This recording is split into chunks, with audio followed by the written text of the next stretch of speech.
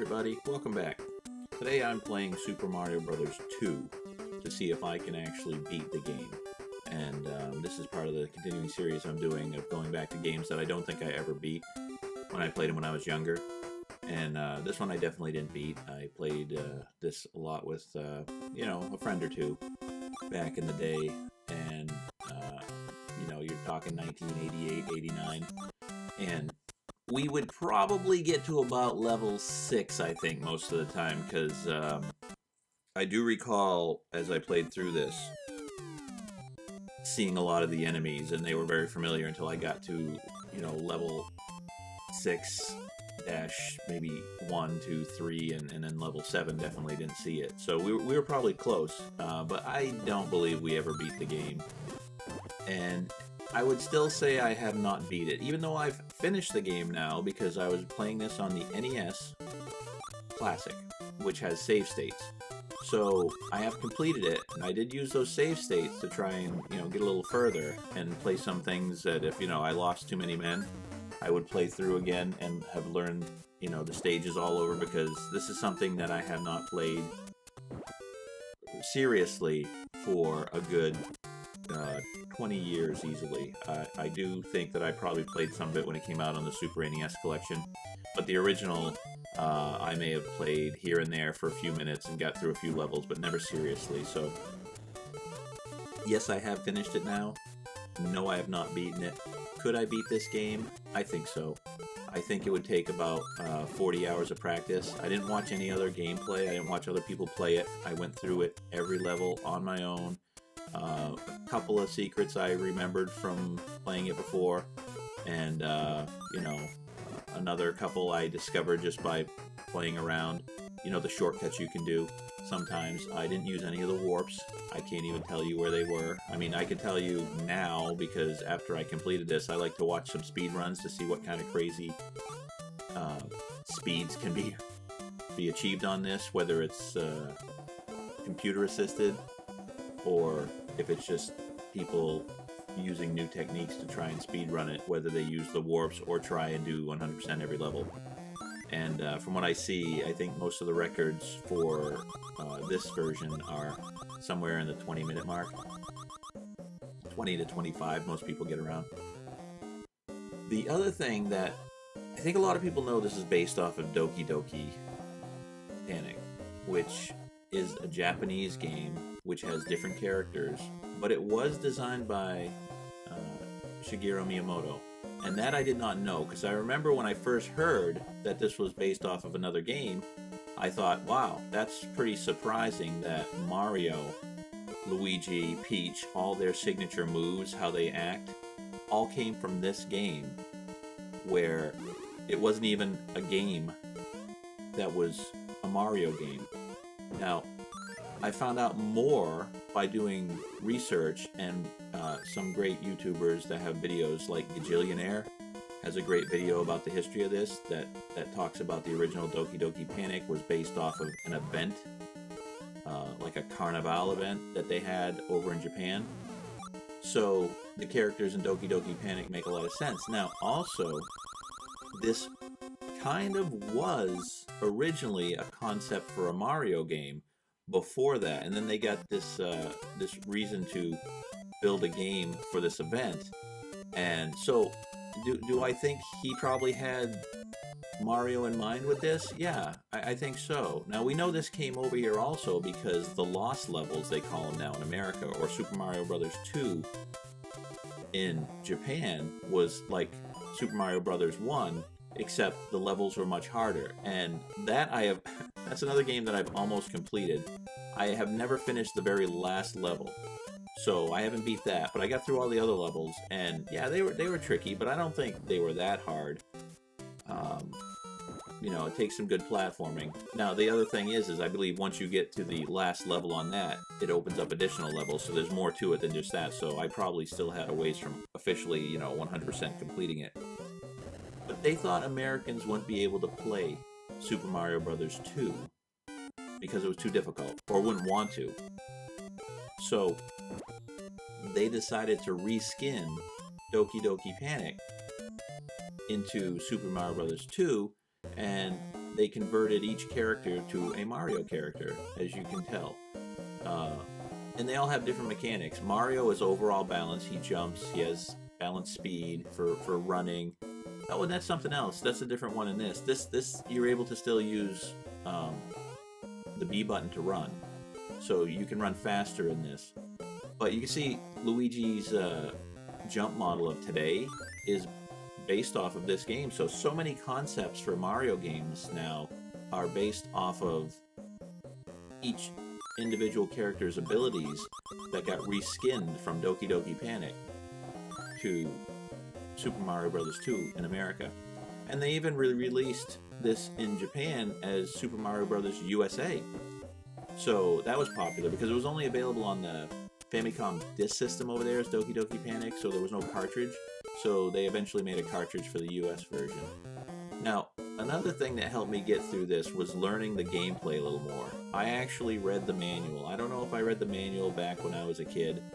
I probably read through it, but this helped me understand more about how you can get the stars and how you can get additional pieces on your life meter, and how you can also get hearts back to fill up your life meter. So when you kill so many enemies, like I think it's about 10 or so, you'll get a heart that floats up, which is very beneficial. And if you get about 6 cherries, I think it is, you'll get invincibility star, so that can play into strategies. And here's Birdo, which is a unique character who may or may not be in a relationship with Yoshi. Kind of crazy, but this is where Birdo first came from.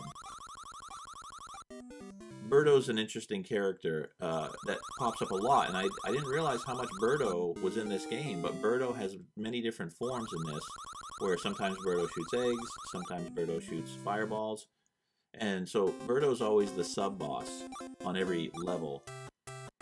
And then you have a boss at the end of each level, which you'll see here. So, as you can see, you can see Toad doesn't jump as good, so I already was not quite used to him. It's funny because you'll play these characters and you'll get used to their mechanics, and then you switch to another one, and you'll find, oops, I can't jump as far, or this one's not as fast. So there is different benefits to using different characters on each stage. I mean, overall, you'll see that the easiest one to use most of the time is Peach, because she can hover. So she jumps and hovers, and you know she does that in modern games too. And here you can see when you go into the sub-world, what's it called? Not the sub-world, subspace. That's what it's called. You get one of those potions, you open up, throw it down, a door shows up, you go through the door, and you're in the opposite world, or the subspace world. And that's where you can pick up the vegetables on that side, but they're coins instead. So you get coins, and sometimes if you place the door in the right place, you'll actually see that you have a mushroom, which will add on to your life bar. So, a very, very confusing backstory on how this came to be. But I appreciate this game a lot more because it's not a normal Mario game for back then, or like the next ones that came out, like Mario 3 and stuff, or Super Mario World. This one was very different, and there's a reason for it, because it was all based off of an event that happened over in Japan, and I do think that most people should look that up, because those videos give a great backstory on what really was going on and how this all came to be. But it is a Miyamoto game, so don't think that it doesn't belong in the Mario canon. But all these great new characters, the masks and stuff, are explained by looking at the history, so it all makes sense. It's not just weird because it's weird. It makes sense when you hear the background. So getting back to the idea of part of the gameplay too, is collecting those coins allows you to play the slot machine in between levels, and in the slot machines, if you get 3 of a kind, you'll get an extra player. If you get the first cherry, you'll get 1 extra player. If you get 2 cherries in a row, you get 2 players, and if you get all 3 cherries in a row, you get 5 players. So it's really great to get that. And that's probably what it would take for me to get through this game in one sitting, is to get very lucky, um, I'd say, on the slot machines.